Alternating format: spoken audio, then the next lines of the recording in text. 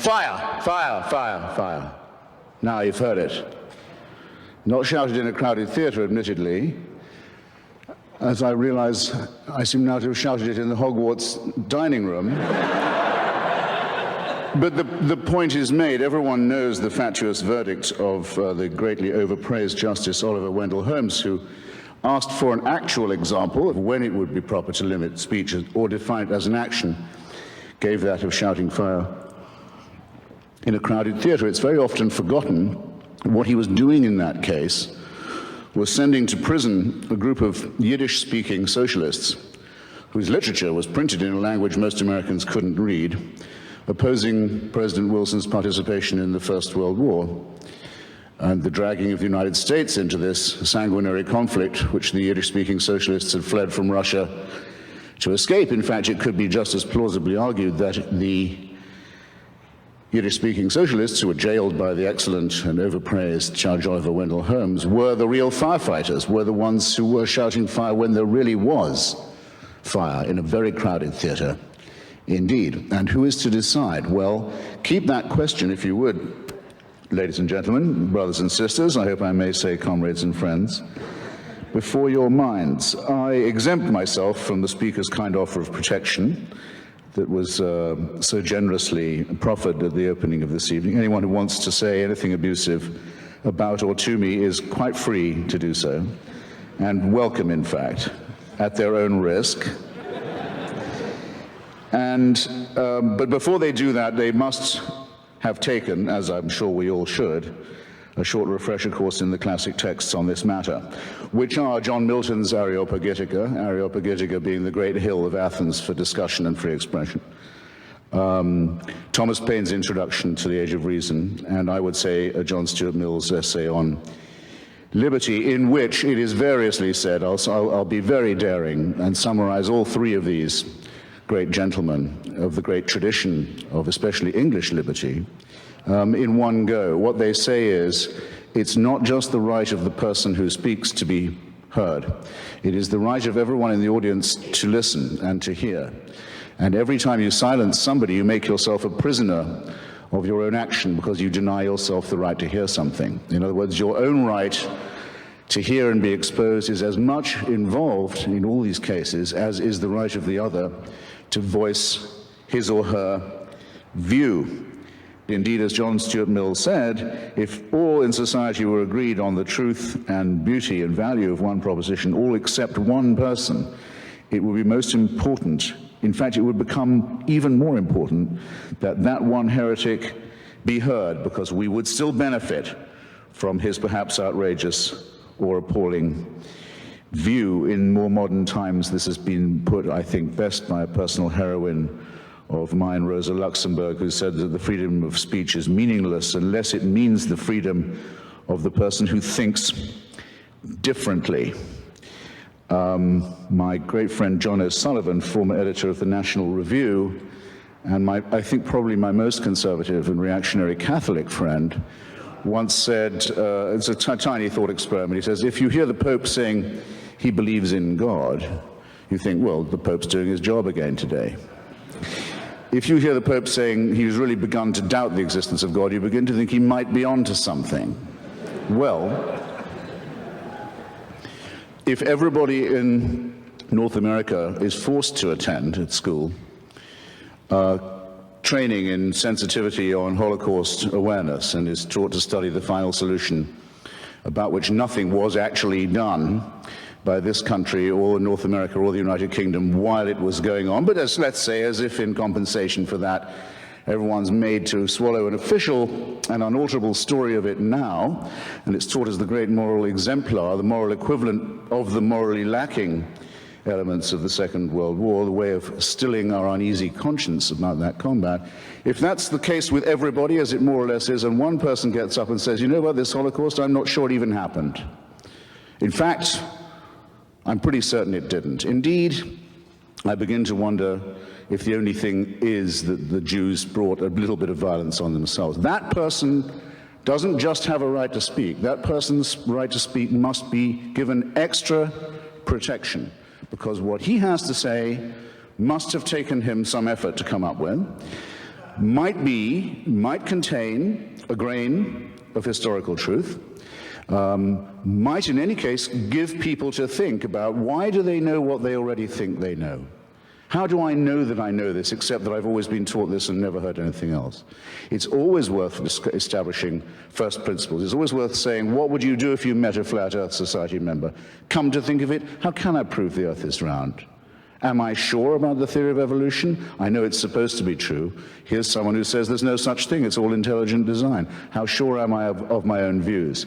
Don't take refuge in the false security of consensus and the feeling that whatever you think, you're bound to be okay because you're in the safely moral majority. One of the proudest moments of my life, that's to say, in the recent past, has been defending the British historian David Irving, who is now in prison in Austria for nothing more than the potential of uttering an unwelcome thought on Austrian soil.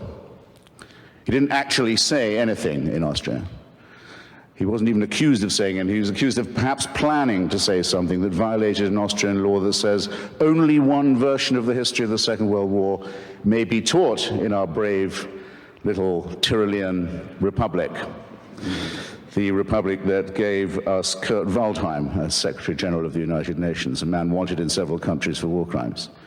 You know, the country that has Jörg Haider, the leader of its own fascist party, in the cabinet that sent David Irving to jail.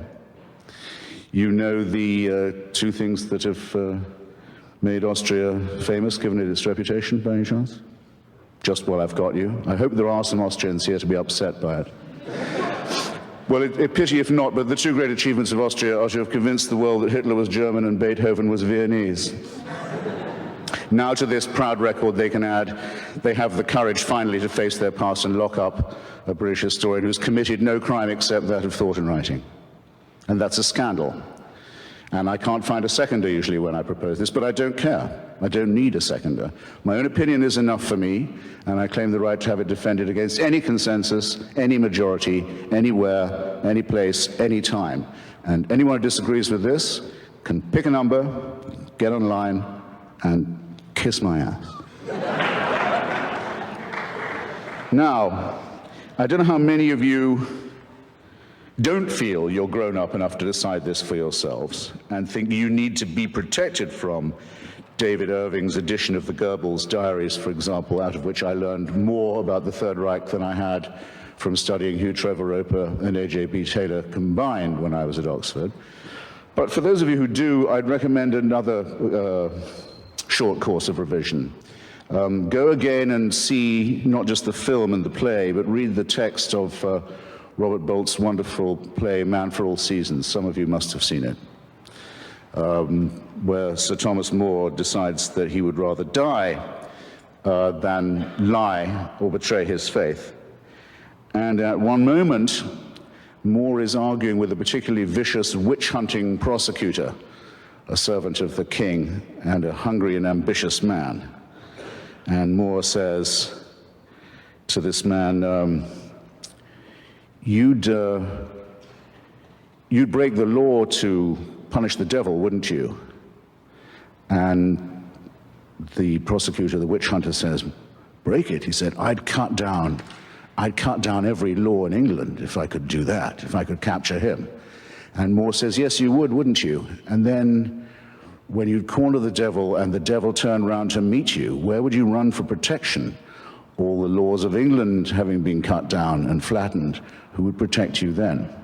Bear in mind, ladies and gentlemen, that every time you violate or propose to violate the free speech of someone else, you, in potentia, you're making a rod for your own back, because the other question raised by Justice Oliver Wendell Holmes is simply this: who's going to decide? To whom do you award the right to decide which speech is harmful, or who is the harmful speaker? Or to determine in advance what are the harmful consequences going to be that we know enough about in advance to prevent? To whom would you give this job?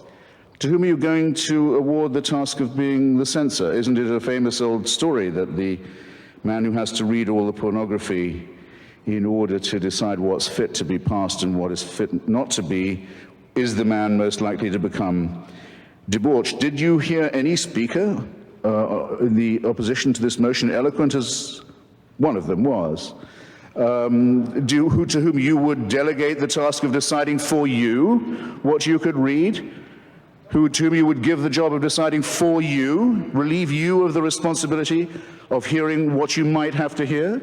Do you know anyone? Hands up. Do you know anyone to whom you'd give this job? Does anyone have a nominee? You mean there's no one in Canada good enough to decide what I can read or hear? I had no idea. But there's a law that says there must be such a person, or there's a subsection of some piddling law that says it. Well, the hell with that law then. It's inviting you to be liars and hypocrites and to deny what you evidently know already. About the censorious instinct, we basically know all that we need to know, and we've known it for a long time. It comes from an old story about another great Englishman. Sorry to sound so particular about that this evening, Dr. Samuel Johnson, the great lexicographer, author of the first, compiler, I should say, of the first great dictionary of the English language. When it was complete, Dr. Johnson was waited upon by various delegations of people to congratulate him, of the nobility, of the quality, of the commons, of the lords, and also by a delegation of respectable ladies of London who attended on him in his Fleet Street lodgings and congratulated him. Dr. Johnson, they said, we are delighted to find that you have not included any indecent or obscene words in your dictionary. Ladies, said Dr. Johnson, I congratulate you on being able to look them up. Anyone who can understand that joke, and I'm pleased to see that about 10% of you can, gets the point about censorship, especially prior restraint, as it's known in the United States, where it's banned by the First Amendment to the Constitution. It may not be determined in advance what words are apt or inapt. No one has the knowledge that would be required to make that call, and more to the point, one has to suspect the motives of those who do so. In particular, the motives of those who are determined to be offended, of those who will go through a treasure house of English, like Dr. Johnson's first lexicon, in search of filthy words to satisfy themselves and some instinct about which I dare not speculate. Now, I am absolutely convinced that the main source of hatred in the world is religion and organized religion. Absolutely convinced of it. And I'm glad that you applaud, because it's a very great problem for those who oppose this motion, isn't it? How are they going to ban religion? How are they going to stop the expression of religious loathing, hatred, and bigotry? I speak as someone who's a fairly regular target of this, and not just in rhetorical form. I have been the target of many death threats. I know within a short distance of where I'm currently living in Washington, I can name 2 or 3 people whose names you'd probably know who can't go anywhere now without a security detail because of the criticisms they've made of one monotheism in particular. And this is in the capital city of the United States. So I know what I'm talking about, and I also have to notice that the sort of people who ring me up and say they know where my children go to school, and they certainly know what my home number is and where I live, and what they're going to do to them and to my wife and to me, and who I have to take seriously because they have done it to people I know, are just the people who are going to seek the protection of the hate speech law if I say what I think about their religion, which I'm now going to do. Because I don't have any what you might call ethnic bias. I've no grudge of that sort. I can rub along with pretty much anyone of any, as it were, origin or sexual orientation or language group, except people from Yorkshire, of course, who are completely untakeable. And I'm beginning to resent the confusion that's being imposed on us now, and there was some of it this evening, between religious belief, blasphemy, ethnicity, profanity, and what one might call multicultural etiquette. It's quite common now for people to use the expression, for example, anti-Islamic racism, as if an attack on a religion was an attack on an ethnic group. The word Islamophobia, in fact, is beginning to acquire the opprobrium of that was once reserved for racial prejudice. This is a subtle and very nasty insinuation that needs to be met head on. Who said, what if Falwell says he hates fags? What if people act upon that? The Bible says you have to hate fags. If Falwell says he's saying it because the Bible says so, he's right. Yes, it might make people go out and use violence. What are you going to do about that? You're up against a group of people who will say, you put your hands on our Bible or we'll call the hate speech police. Now, what are you going to do when you've dug that trap for yourself? Somebody said that anti-Semitism and Kristallnacht in Germany was the result of 10 years of Jew baiting. 10 years? You must be joking. It's the result of 2,000 years of Christianity, based on one verse of one chapter of St. John's Gospel, which led to a pogrom after every Easter sermon every year for hundreds of years, because it claims that the Jews demanded the blood of Christ be on the heads of themselves and all their children to the remotest generation. That's the warrant and license for, and incitement to, anti-Jewish pogroms. What are you going to do about that? Where's your piddling subsection now? Does it say St. John's Gospel must be censored? Do I, who've read Freud and know what the future of an illusion really is, and know that religious belief is ineradicable as long as we remain a stupid, poorly evolved mammalian species, think that some Canadian law is going to solve this problem? Please. No, our problem is this: our prefrontal lobes are too small, and our adrenaline glands are too big, and our thumb finger opposition isn't all that it might be. And we're afraid of the dark, and we're afraid to die, and we believe in the truths of holy books that are so stupid and so fabricated that a child can, and all children do, but as you can tell by their questions, actually see through them. And I think it should be, religion, treated with ridicule and hatred and contempt. And I claim that right. Now, let's not dance around. Not all monotheisms are exactly the same at the moment. They're all based on the same illusion. They're all plagiarisms of each other. But there's one in particular that at the moment is posing a serious menace, not just to freedom of speech and freedom of expression, but to quite a lot of other freedoms too. And this is the religion that exhibits the horrible trio of self-hatred, self-righteousness, and self-pity. I'm talking about militant Islam. Globally, it's a gigantic power.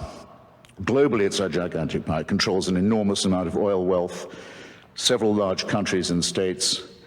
With an enormous fortune, it's pumping the ideology of Wahhabism and Salafism around the world, poisoning societies where it goes, ruining the minds of children, stultifying the young in its madrasas, training people in violence, making a cult of death and suicide and murder. That's what it does globally. It's quite strong. In our societies, it poses as a cringing minority whose faith you might offend, which deserves all the protection that a small and vulnerable group might need. Now, it makes quite large claims for itself, doesn't it? It says it's the final revelation. It says that God spoke to one illiterate businessman in the Arabian Peninsula 3 times through an archangel, and that the resulting material, which, as you can see when you read it, is largely plagiarized from the Old and the New Testament, almost all of it actually plagiarized ineptly from the Old and New Testament, is to be accepted as a divine revelation and as the final and unalterable one, and that those who do not accept this revelation are fit to be treated as cattle, infidels, potential chattel, slaves, and victims. Well, I tell you what, I don't think Muhammad ever heard those voices. I don't believe it. And the likelihood that I'm right, as opposed to the likelihood that a shepherd who couldn't, a businessman who couldn't read, had bits of the Old and New Testament redictated to him by an archangel, I think puts me much more near the position of being objectively correct. But who is the one under threat? The person who promulgates this and says, I'd better listen because if I don't, I'm in danger?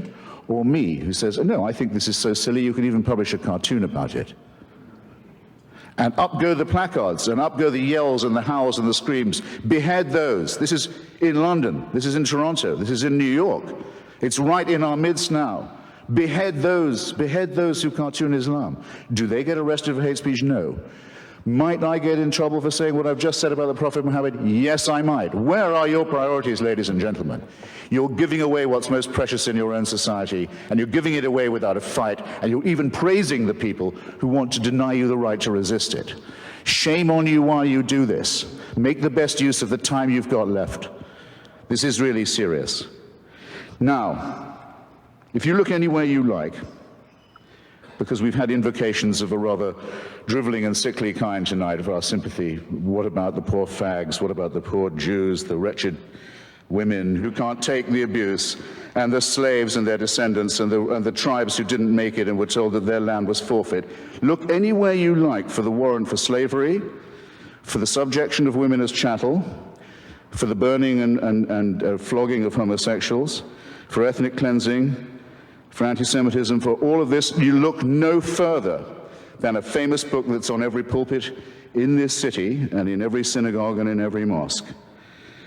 And then just see whether you can square the fact that the force that is the main source of hatred is also the main caller for censorship. And when you realize that you're therefore this evening faced with a gigantic false antithesis, I hope that still won't stop you from giving the motion before you the resounding endorsement that it deserves. Thanks awfully. Night night. Stay cool. Support Ontario's public television. Donate at tvo.org.